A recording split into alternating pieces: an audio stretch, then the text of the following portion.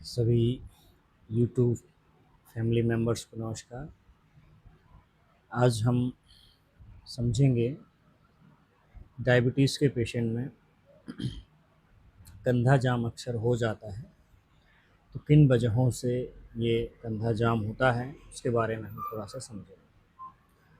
तो ये एक डायबिटीज़ के पेशेंट में एक कॉमन समस्या होती है कि उनको कभी ना कभी जो है शोल्डर में स्टिफनेस या फ्रोजन शोल्डर डेवलप हो जाता है, जिसे मेडिकल भाषा में फ्रोजन शोल्डर या एडहेसिव कैप्सुलाइटिस बोला जाता है।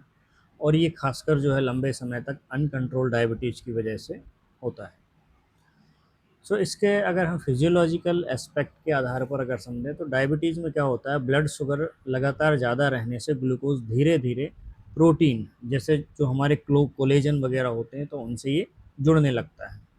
तो वो जुड़ने की वजह से कोलेजन में जैसे ये मूवमेंट इस तरीके से होती है, तो ये कोलेजन फाइबर के बीच मूवमेंट हो रही है, तो यहाँ पर बीच में आके ये ग्लूकोज के मॉलिक्यूल आके जुड़ जाते हैं, तो जिससे ये जो है प्रॉपर मूवमेंट नहीं होने से वो स्टिफ एंड रिस्ट्रिक्ट हो जाते हैं। तो इसको बोलते हैं एडवांस ग्लाइकेशन एंड प्रोडक्ट। ठीक है, तो इससे कोलेजन क्या है, कठोर हो जाता है और जॉइंट कैप्सूल जो होता है वो है मोटा और सख्त होने लगता है, जिससे कंधे की मूवमेंट कम हो जाती है। तो पहला हो गया ग्लाइकेशन। दूसरा है कोलेजन क्रॉस लिंकिंग। तो कोलेजन फाइबर आपस में क्रॉस लिंक होते हैं इस तरह से, है ना। तो जिस और इससे क्या होता है, क्रॉस लिंक होने लगते हैं, एक दूसरे में फंसने लगते हैं। नॉर्मली ऐसी मूवमेंट होनी चाहिए पर वो आगे क्रॉस होने लगते हैं, तो इलास्टिसिटी कम हो जाती है। तो जिसकी वजह से रिजल्ट के तौर पर जो है जॉइंट कैप्सूल सिकुड़ने लगता है, यानी कॉन्ट्रैक्चर होने लगता है, और शोल्डर धीरे धीरे फ्रीज हो जाता है। जैसे मान लीजिए अभी ये है, अब ये इस तरीके से नॉर्मल ऐसा है ये, तो शोल्डर ये कॉन्ट्रैक्ट होना शुरू हो गया, इसको पकड़ लेगा ये, तो और इससे क्या है, फिर शोल्डर की मूवमेंट नहीं होगी। तो इस तरीके से तीसरा होता है कि माइक्रोवेस्कुलर डैमेज होता है, जैसे छोटी छोटी सी ब्लड वेसल्स होती हैं उनको नुकसान पहुंचता है। तो डायबिटीज़ में क्या होता है, माइक्रोवेस्कुलर जो है डैमेज होने लगती है, जिससे क्या है शोल्डर जॉइंट में प्रॉपर ब्लड सप्लाई नहीं मिलती है, कम ब्लड सप्लाई मिलती है, और ऑक्सीजन और न्यूट्रिशन की कमी हो जाती है इस वजह से, जिससे टिश्यू की जो हीलिंग है वो धीमी हो जाती है और इन्फ्लामेशन बढ़ने लगता है। अगला है कि क्रॉनिक इन्फ्लामेशन होना।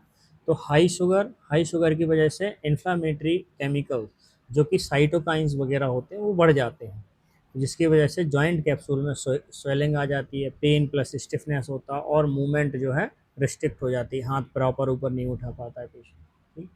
पांचवा है नर्व इन्वॉल्वमेंट। तो डायबिटिक न्यूरोपैथी।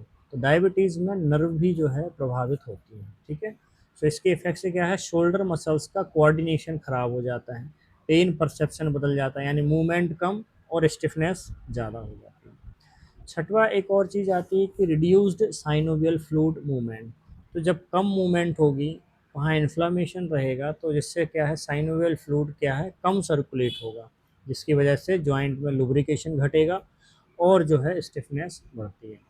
तो अगर सिंपल फ्लो में हम इसको समझें तो हाई शुगर जिसकी वजह से ग्लाइकेशन बढ़ेगा, उसकी वजह से कोलेजन स्टिफ होगा, फिर ब्लड सप्लाई कम होगी, इन्फ्लामेशन बढ़ेगा, मूवमेंट कम होगी और फ्रोजन शोल्डर डेवलप हो जाएगा। ठीक है, तो न्यूरोथेरेपी में हम डायबिटिक पेशेंटों में फ्रोजन शोल्डर को किस तरह से ठीक करते हैं, तो हम इसमें क्या करते हैं कि जो भी शोल्डर है जो स्टिफ हो गया है, तो उससे रिलेटेड नर्व सप्लाई और इम्बैलेंस और पुअर ब्लड सर्कुलेशन जो है उसको क्लियर करने के लिए थेरेपी देते हैं। फिर इसमें हम जो है उनके डायबिटीज़ को कंट्रोल करने के लिए पैनक्रियाज को स्टिमुलेशन देते हैं, लिवर को स्टिमुलेशन देते हैं, और सर्वाइकल रीजन में ब्लड सर्कुलेशन बढ़ाई जाती है, जिससे कि शुगर को भी कंट्रोल करना है और आसपास के टिश्यू को भी रिलैक्स करना है। तो मोस्टली तौर पर इसमें हम नर्व को, ब्लड सर्कुलेशन को, इन्फ्लामेशन कम करना है। शुगर कंट्रोल करेंगे तो अपने आप कोलेजन जो है फ्री हो जाएगा, तो मूवमेंट बराबर होने लगेगी।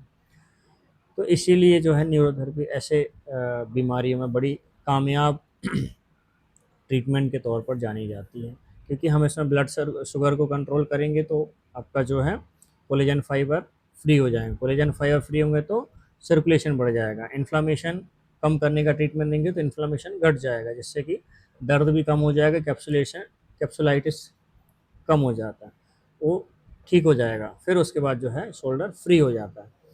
अब अक्सर मन में ये सवाल आता है कि कितने दिन में ये ठीक हो सकता है? तो आपकी शुगर कंट्रोल होने के ऊपर है, अगर आपका डाइजेशन सही है, तो फिर जो है शुगर कंट्रोल जितने जल्दी होगी, क्योंकि इसमें हम ब्लड सर्कुलेशन के थ्रू पैनक्रियाज को स्टिमुलेशन देते हैं।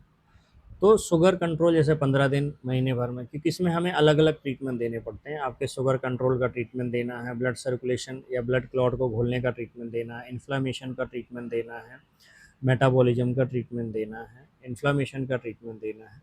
तो इस तरीके का ऑक्सीजन सप्लाई हो उसका ट्रीटमेंट देना है, न्यूट्रिशन की प्रॉपर वहाँ डिलीवरी हो उसका ट्रीटमेंट देना।